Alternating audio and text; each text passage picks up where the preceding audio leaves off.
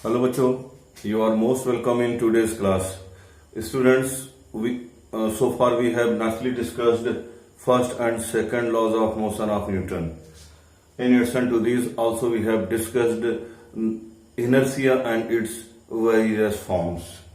तो बच्चे आज हम लोग फर्स्ट और सेकंड लॉ ऑफ न्यूटन को इफेक्टिवली पढ़ने के बाद now we are going to learn Newton's third law of motion. Newton's third law of motion बच्चे इतना पॉपुलर है कि हम अपने डेली लाइफ की भाषा में भी इस्तेमाल करते हैं. पान वाला भी जानता होगा. सब लोग कहते हैं भैया जैसी करनी वैसी भरनी, टिट फॉर टैट, एक्शन का रिएक्शन. तो this is Newton third law. तो आज ये तो कॉमन बोलचाल की भाषा हो गई भैया, जैसा करोगे वैसा भरोगे, tit for tat so on. तो लेकिन इसका रियल सेंस क्या है, लेट अस लर्न. तो Newton's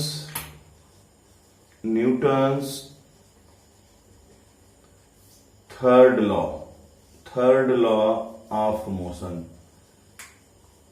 third law of motion बच्चे क्या है, तो टू एवरी एक्शन, इसके दो तीन स्टेटमेंट में बता दे रहा हूं. To every action, two statements. To every action there is an equal and opposite reaction.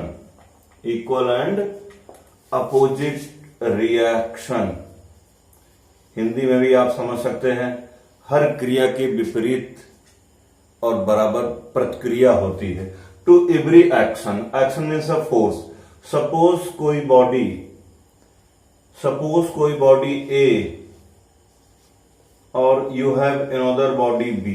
एक बॉडी बी है, ए ने बी पर फोर्स लगाया, उसका नाम बच्चे एफ ए बी रखो. बी ने ए पर फोर्स लगाया, उसका नाम एफ बी ए रखो. तो ये बच्चे क्या कहता है, F A B equal to minus of F B A. Action reaction जो मैंने बताया, to be action there is an equal and opposite reaction. इसका मतलब समझिए आप, यदि बॉडी ए बी पर फोर्स लगाती है तो बॉडी बी भी ए पर इक्वल और अपोजिट डायरेक्शन में फोर्स लगाएगी. तो एफ ए बी बच्चे लोग मान लो, let F A B force of A on B. और एफ बी ए क्या है, force of B on A. F A B और एफ बी ए. तो F A B equal to F B A.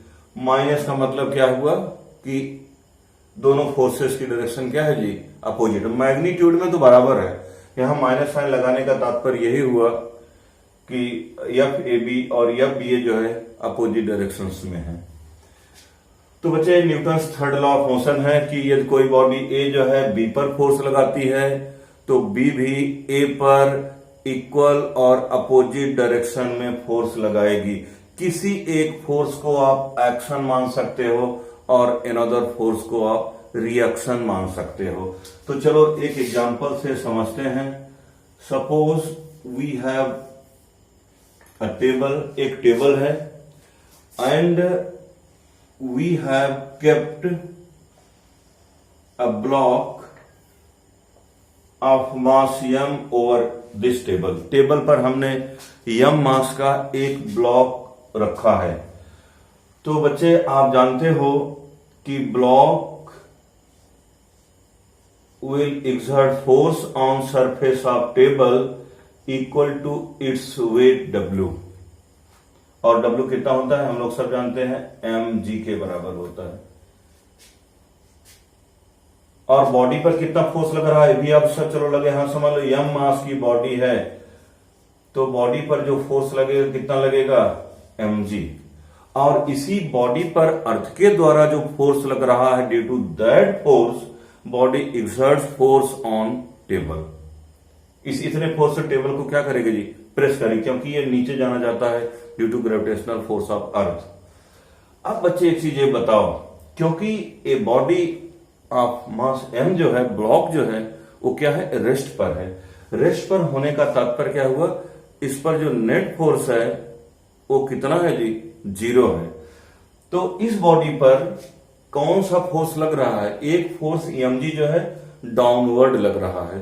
Suppose body का मास जो है 1 kg है मान लीजिए, और जी हम लोग बच्चे अप्रोक्सीमेट कितना होता है, 10 meter per second square acceleration due to gravity, इसकी value 9.8 meter per second square होती है एट सी लेवल। अप्रोक्सीमेट हम लोग मैथमेटिकल कैलकुलेशंस को इजी बनाने के लिए हम लोग इसको 10 मीटर पर सेकंड स्क्वायर ले लेते हैं। तो बच्चे mg कितना हो जाएगा, what will be mg, 10 Newton आया। 10 newton is the weight of body. Body का वेट जो है कितना है जी, 10 न्यूटन। इसका मतलब अर्थ के द्वारा बॉडी पर जो फोर्स लग रहा है वह इसका वेट है, वेट mg है। एक मैंने एग्जांपल लिया, यदि m is the mass of body और m कितना बच्चे 1 हो, g 10 होता ही है, तो W इक्वल टू mg का कैलकुलेशन करेंगे, 10 into 1 equal to 10 newton. 10 newton is the force exerted by earth on the body in downward direction. क्योंकि बच्चे ये ब्लॉक जो है m मास का सरफेस ऑफ टेबल पर क्या है जी, रेस्ट पर है, तो इसका मतलब इस पर नेट फोर्स क्या होना चाहिए, 0 होना चाहिए। पहले से एक फोर्स डाउनवर्ड mg लग रहा है डाउनवर्ड डायरेक्शन में, ओके बच्चे। तो इसका मतलब, और उसको मैंने जो यहां एग्जांपल लिया, सपोज 10 न्यूटन है, ये बॉडी 1 kg की है, तो अब एक चीज बताओ, इस पर नेट फोर्स होने के लिए, इस पर नेट फोर्स होने के लिए एक फोर्स अपवर्ड डायरेक्शन में होना चाहिए, उसको जानते क्या बोलते हैं, रिएक्शन बोलते हैं। और ये रिएक्शन भी किसके बराबर होगा बच्चे, mg के बराबर। W भी कितना है, mg। यहां यदि mg आपका 10 न्यूटन आया था तो ये भी कितना होगा बच्चे, 10 न्यूटन। तो पहले अर्थ का फोर्स mg जो 10 न्यूटन था, क्यों, पहले अर्थ का ओनली फोर्स, लेकिन आपने जब टेबल पर रख दिया, क्योंकि बच्चा वो ब्लॉक जो है रेस्ट पर है, तो ब्लॉक पर नेट फोर्स कितना होना चाहिए, 0 होना चाहिए। तो 0 होने के लिए इसका 0 होने के लिए एक फोर्स किधर चाहिए, अपवर्ड चाहिए। कितने मैग्नीट्यूड चाहिए, जितना मैग्नीट्यूड का फोर्स डाउनवर्ड डायरेक्शन में था उतने मैग्नीट्यूड का फोर्स अपवर्ड डायरेक्शन में यदि होगा, तभी जाकर के नेट फोर्स क्या होगा बच्चा, 0 होगा। तो टेबल जो है इस पर एक रिएक्शन लगा, एक अपवर्ड फोर्स लगाती है, उसको क्या बोलते हैं, रिएक्शन मीन्स नॉर्मल रिएक्शन। तो आप कह सकते हो, तो R इक्वल टू क्या जी, mg means W। Vector form में W इक्वल टू या R vector equal to minus of R, W vector equal to minus of R vector. इसको भी वेक्टर फॉर्म में लिख सकते हो, F A B equal to minus of F B A vector, दोनों F A B vector equal to minus of F B A vector. Magnitude में F A B A बच्चे बराबर है, और डायरेक्शन में क्या है जी, अपोजिट है। तो W equal to minus of R, और मैग्नीट्यूड में R इक्वल टू क्या जी, W। तो एक बात साबित हो गई कि टेबल पर एक ब्लॉक है, तो ब्लॉक पर एक फोर्स अर्थ की वजह से डाउनवर्ड डायरेक्शन में है, वो क्या है, wait of the block mg। जितना वेट बॉडी का होगा उतने के बराबर फोर्स ब्लॉक जो है टेबल पर लगा रहा होगा। क्योंकि टेबल पर ब्लॉक जो है रेस्ट पर है, तो ब्लॉक पर नेट फोर्स 0 होना चाहिए। एक फोर्स mg ब्लॉक पर डाउनवर्ड पहले से लग रहा था, और उस पर नेट फोर्स 0 होने के लिए एक इक्वल फोर्स अपोजिट डायरेक्शन में होना चाहिए। वह इक्वल फोर्स जो अपोजिट डायरेक्शन में है, मीन्स अपवर्ड डायरेक्शन में है, उसको R या नॉर्मल रिएक्शन बोलते हैं। नॉर्मल रिएक्शन को बच्चे कैपिटल N से भी लिखते हैं, यहां मैं R से लिखा। तो R इक्वल टू W, क्योंकि ये दोनों मैग्नीट्यूड में इक्वल हैं। यदि वेक्टर फॉर्म में एक्सप्रेस करना चाहते हो तो W equal to minus of R vector. तो ये बच्चे Newton third law of motion था। इसके कुछ सिग्निफिकेंस आप देख करके बताइए, क्या ये एक्शन रिएक्शन फोर्सेस क्या एक ही बॉडी पर लग रहा है? नो। एक्शन तो किसी फोर्स को मान सकते हो, या ए बी को या बी ए को भी। चलो हम लोग पहले फोर्स को एक्शन मान लेते हैं। तो जो ब्लॉक ने टेबल पर लगाया अपने वेट के बराबर उसको आपने क्या मान लिया, एक्शन मान लिया। तो ब्लॉक द्वारा किस पर फोर्स लगाया गया, टेबल पर फोर्स लगाया गया। और भैया टेबल के द्वारा कहां फोर्स लगाया गया, ब्लॉक पर फोर्स लगाया गया। तो एक्शन एक बॉडी पर है, रिएक्शन मीन्स जो दूसरा फोर्स है वह दूसरी बॉडी पर है। तो इसलिए बच्चे action reaction forces do not cancel each other as they act on two different bodies. तो action reaction forces do not cancel each other, एक दूसरे को भैया कैंसिल नहीं करते हैं। Do not cancel each other because, आपसे पूछा जाए क्यों कैंसिल नहीं करते, because they act on two different bodies पर एक्ट करते हैं, इसीलिए एक्शन रिएक्शन फोर्सेस कैंसिल नहीं करते हैं। इसका बच्चा एक और रिजल्ट हम लोग इससे ले सकते हैं क्या, कि फोर्सेस एग्जिस्ट इन पेयर्स। एक फोर्स आप कहीं भी अप्लाई करोगे तो एक और फोर्स डेवलप होगा। तो इससे साबित होता है कि फोर्सेस एग्जिस्ट इन पेयर्स। तो एक्शन रिएक्शन का एक स्टेटमेंट है, दूसरा स्टेटमेंट क्या है, if body A exert force on body B then body B will exert force on body A equal in magnitude opposite in direction. A B पर जितना force लगाएगा बी ए पर उसी के बराबर और अपोजिट डायरेक्शन में फोर्स लगाएगी। ये न्यूटन थर्ड लॉ के स्टेटमेंट्स हैं। तो इसके सिग्निफिकेंस क्या हो गए, action reaction forces do not cancel each other, क्यों नहीं कैंसिल करते हैं, because they act on two different bodies, forces exist in pairs. ठीक है जी, फोर्सेस जो है हमेशा पेयर्स में ही एग्जिस्ट करते हैं। चलो एक्शन रिएक्शन के कुछ हम और एग्जांपल समझते हैं। बच्चा लोग बताओ, when bullet is fired from gun, तो गन रिकॉयल क्यों करती है, बिकॉज गन जो है बुलेट पर फोर्स लगाती है। उसको सपोज एक्शन मान लो, पर Newton third law bullet will exert force on gun in opposite direction, therefore gun recoils. एक बात मैं बता देना चाहता हूं, फोर्सेस दोनों बॉडीज एक दूसरे पर इक्वल तो लगाती हैं, लेकिन एक्सेलरेशन सेम रहना ये जरूरी नहीं है, बिकॉज बॉडीज का मास क्या है जी, अलग अलग है।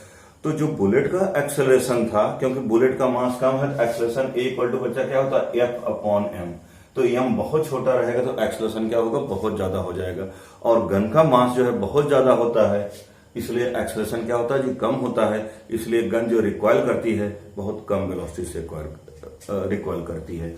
और इसके एग्जांपल्स आप समझ लीजिए, जब आप कभी बोट से जंप करते हैं तो आप बोट पर फोर्स लगाते हैं तो बोट बैकवर्ड चली जाती है, बोट आप पर फोर्स लगाती है, आप फॉरवर्ड चले जाते हैं। ठीक है। और अर्थ और एप्पल, दिस इज अर्थ, इसको अर्थ है और एप्पल छोटा सा, तो earth attracts apple, apple attracts earth, दोनों एक दूसरे पर इक्वल अपोजिट फोर्स लगाते हैं। ये भी एक एक्शन रिएक्शन है, लेकिन एप्पल बेचारा इतना छोटा है कि वह उस पर एक्सेलरेशन ज्यादा डेवलप होता है, और अर्थ इतना भारी है कि वहां एक्सेलरेशन क्या होता है, बहुत कम डेवलप होता है, ऑलमोस्ट नेग्लिजिबल। इसलिए अर्थ जो है स्टैटिक प्रतीत होता है और एप्पल जो है उसकी तरफ गिर पड़ता है।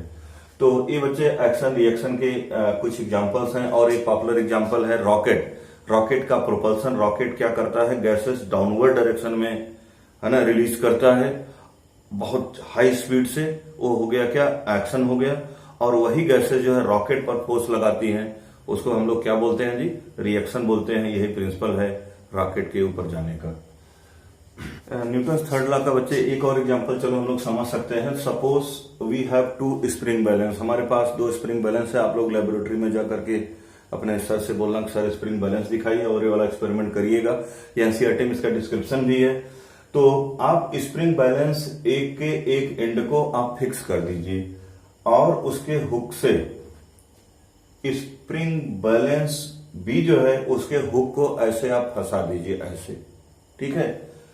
अब आप क्या करिए कि स्प्रिंग बैलेंस बी पर के रिंग्स के थ्रू आप इस पर कुछ फोर्स लगाइए, इसको खींचिए। तो आप देखेंगे कि इसका भी पॉइंटर स्ट्रेच कर जाएगा और स्प्रिंग बैलेंस ए का भी, ए और बी के दोनों पॉइंटर जो 0 पोजीशन पर थे इधर डिस्प्लेस हो जाएगा, ए भी इधर डिस्प्लेस हो जाएगा। तो एक चीज आप ऑब्जर्व करेंगे, the reading in spring balance A is equal to reading in spring balance B. Spring balance A और बी में दोनों में सेम रीडिंग आती है। इससे यही तात्पर्य निकलता है कि स्प्रिंग बैलेंस बी ए पर जितना फोर्स लगाती है, स्प्रिंग बैलेंस ए भी बी पर उतना ही फोर्स लगाती है। इससे आप एक्शन रिएक्शन बच्चा लोग आप आसानी से समझ सकते हैं। एक और एक्शन रिएक्शन का बहुत ही अच्छा एग्जांपल है, आपको मैंने न्यूटन सेकंड लॉ में मैंने आपको बताया था कि while taking catch a player lower his hands delta P by delta T. तो जब बच्चे while taking catch player lower his hand, जब वो प्लेयर अपने हाथ को ऐसे खींचेगा, in doing so he will increase time on interval, वह टाइम इंटरवल को बढ़ा देगा। जब डिनोमिनेटर में वैल्यू बढ़ जाएगी तो एफ की वैल्यू क्या होगी बच्चा, घट जाएगी। कब? जब डेल्टा टी बढ़ जाएगा। जब डेल्टा टी इंक्रीज करेगा टाइम इंटरवल तो फोर्स क्या होगा, कम होगा। तो बॉल को रोकने के लिए हैंड्स ऑफ प्लेयर के द्वारा जो फोर्स लगाया जाता है वो क्या होगा जी, कम होगा। कब? जब हम लोग इसको ऐसा हाथ को अपना लोअर करते हैं, पीछे खींचते हैं तो यदि palm of player, hand of player उस पर भैया बॉल पर कम फोर्स लगाता है तो बॉल भी as per Newton's third law उसके हैंड पर, उसके पॉम पर कम फोर्स लगाएगा। इससे उसको इंजरी कम होगी, चोट कम लगेगा। और एक बहुत अच्छा एग्जांपल है बच्चे, जब हम लोग चलते हैं तो we press the ground. Ground को हम क्या करते हैं जी, प्रेस करते हैं। तो एक प्रकार से इसको क्या समझ लो, एक्शन समझ लो। ठीक है, सपोज कोई व्यक्ति है, ठीक है जी, अपने फीट से, है ना जी, ग्राउंड को क्या किया जी, प्रेस किया। ऐसे सपोज ग्राउंड को प्रेस किया, मान लो एफ फोर्स से, तो ग्राउंड जो है उस पर क्या लगाती है जी, रिएक्शन लगाती है। उस व्यक्ति पर क्या लगाती है, रिएक्शन लगाती है। तो बच्चे रिएक्शन का एक कंपोनेंट इस एंगल को सपोज हॉरिजॉन्टल से थीटा मान लो, तो ये आर कॉस थीटा होता है और ये क्या होता है, vertical component R sine theta होता है।